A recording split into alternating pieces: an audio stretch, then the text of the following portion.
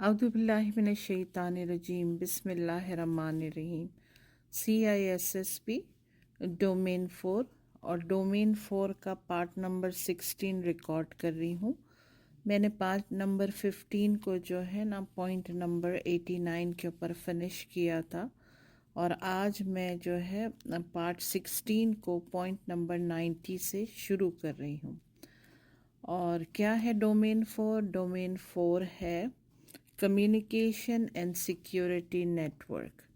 ठीक है, तो हम है ना पार्ट 16 रिकॉर्ड कर रही हूँ और जो है पॉइंट नंबर 90 से। तो पॉइंट नंबर 90 जो है ना वो ये है कि फ्रीकिंग। बहुत इम्पॉर्टेंट बात फिर से दोहरा रही हूँ कि प्लीज़ अपने नोट्स अपने सामने रखिएगा और नोट्स के बगैर लेक्चर को ना सुनिएगा।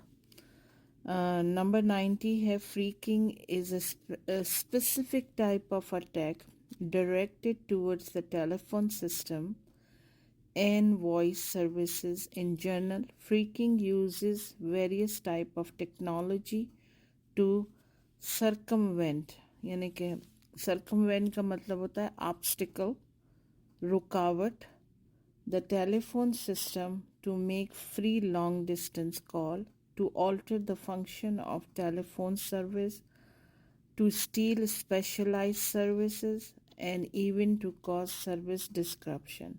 Freakers originally focus on PSTN phones and systems. हम जानते हैं कि PSTN phones जो है ना यानी काइंड ऑफ वो डायरेक्ट लैंडलाइन होती हैं और ये फ्रीकिंग जो है ना उनको जितनी भी कॉल्स होती हैं उनमें डिस्ट्रप्शंस पैदा करते हैं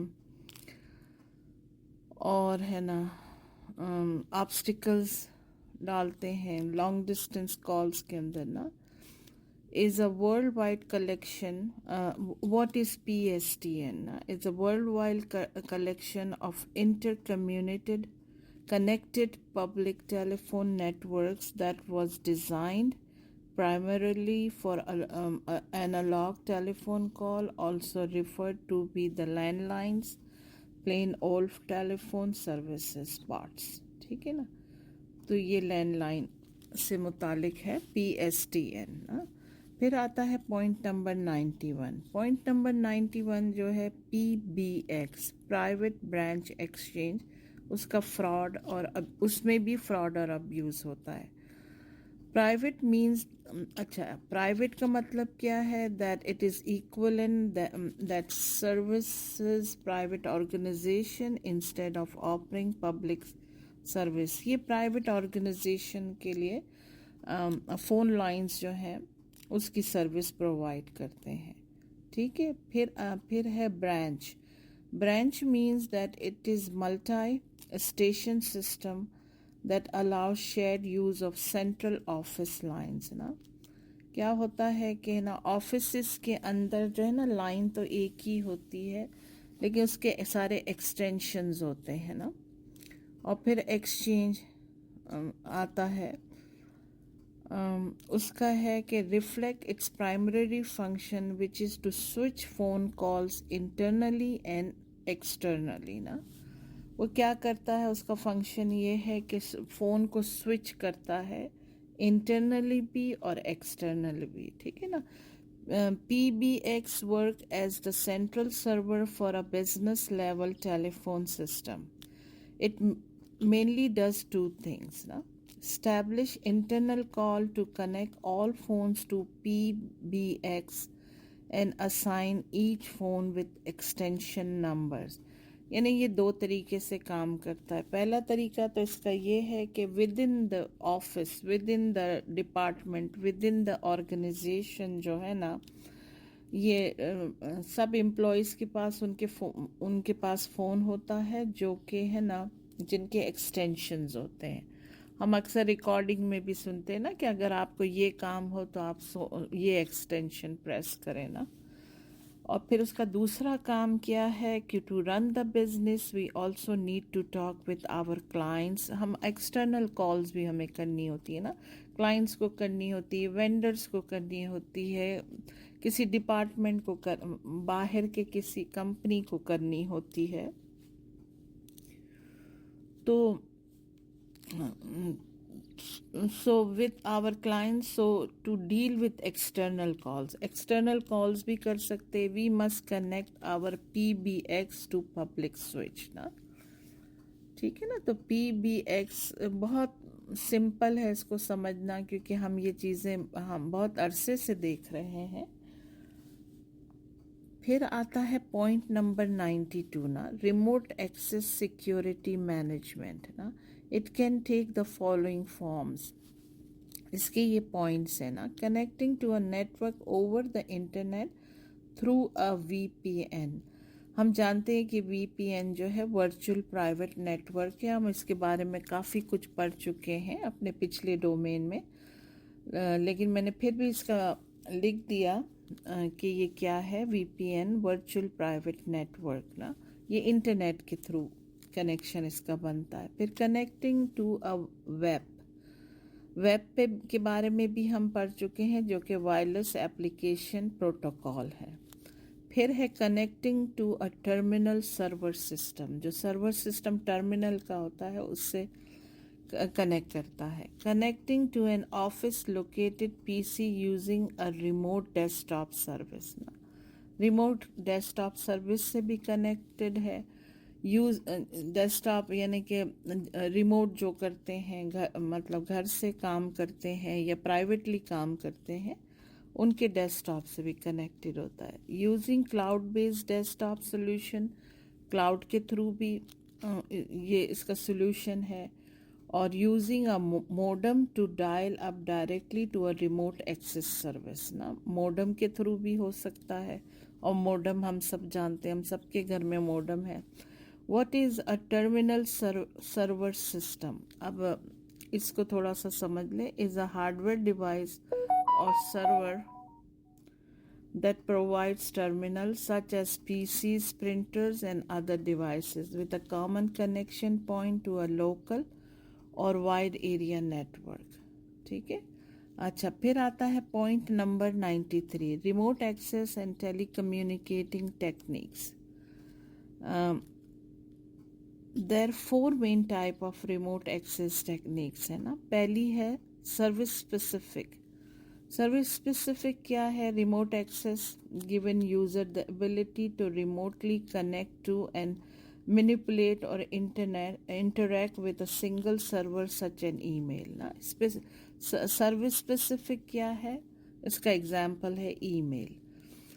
दूसरा क्या है? Remote control. Remote control access grants a remote user the ability to fully control another system that is physically distance from them ना।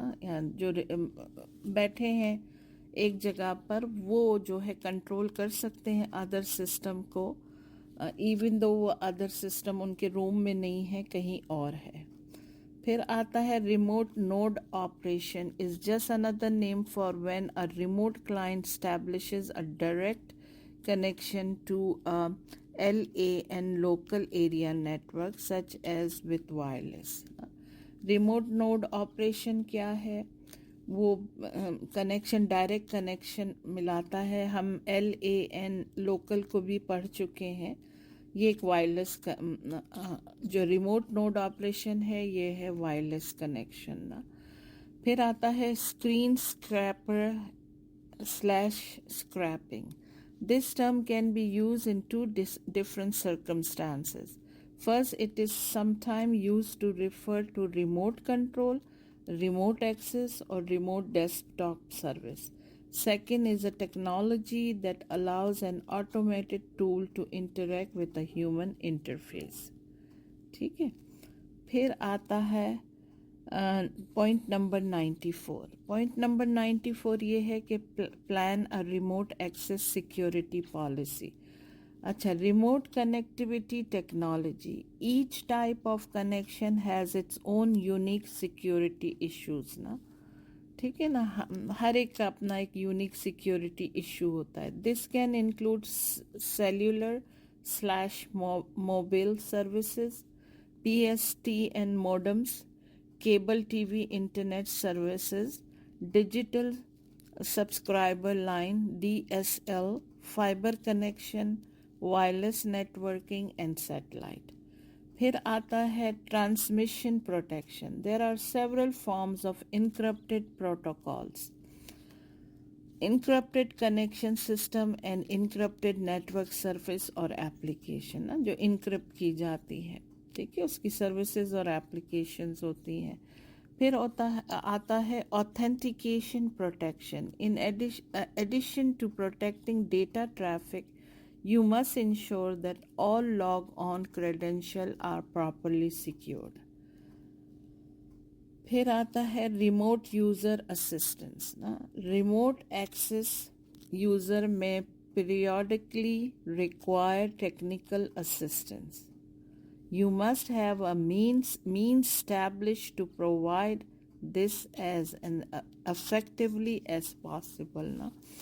रिमोट यूज़र असिस्टेंस जो है ना वो बहुत एफिशिएंट होना चाहिए, किसी किस्म की गड़बड़ नहीं होनी चाहिए. और है ना ये एक टेक्निकल असिस्टेंस है जो कि होना बहुत ज़रूरी है. Point number 95, multimedia collaboration is the use of various multimedia supporting communication solutions to enhance distant collaboration. Often, collaboration allows workers to work simultaneously as well as across different time frame ना. यही collaboration allow करता है worker को कि वो या तो एक साथ करें काम या फिर different time frame में करें. Whatever SAS, हम SAS को पढ़ चुके हैं आई थिंक डोमेन 1 में. उसका है software as a service. This service is implemented to support multimedia collaboration. It is essential that it be thoroughly reviewed against the organization's security policy. ठीक है. फिर आता है point number 96, remote meeting is used for any product, hardware or software that allows for interaction between remote parties. These technologies and solutions are known by many other terms: digital collaboration, virtual meeting, video conferencing and so on. जो लोग remote करते हैं वो अलग अलग जगहों पे होते हैं, बाज़ दफ़ा अलग अलग स्टेट में होते हैं, बाज़ दफ़ा अलग अलग कंट्रीज़ में होते हैं. तो ये जो रिमोट मीटिंग की जो सर्विस है ना, ये एक तरह का जो है डिजिटल कोलैबोरेशन है, ताकि लोग मीटिंग कर सकें, ताकि लोग एक दूसरे को अपने प्रॉब्लम्स बता सकें और डिस्कस कर सकें ना. तो ये इस तरह से वर्चुअल मीटिंग्स होती हैं और वीडियो कॉन्फ्रेंसिंग होती हैं. मैं इंशाल्लाह ताला जो है पार्ट 16 को जो है पॉइंट नंबर 96 के ऊपर फिनिश करती हूँ और पार्ट 17 को मैं स्टार्ट करूँगी point number 97. Thank you for listening.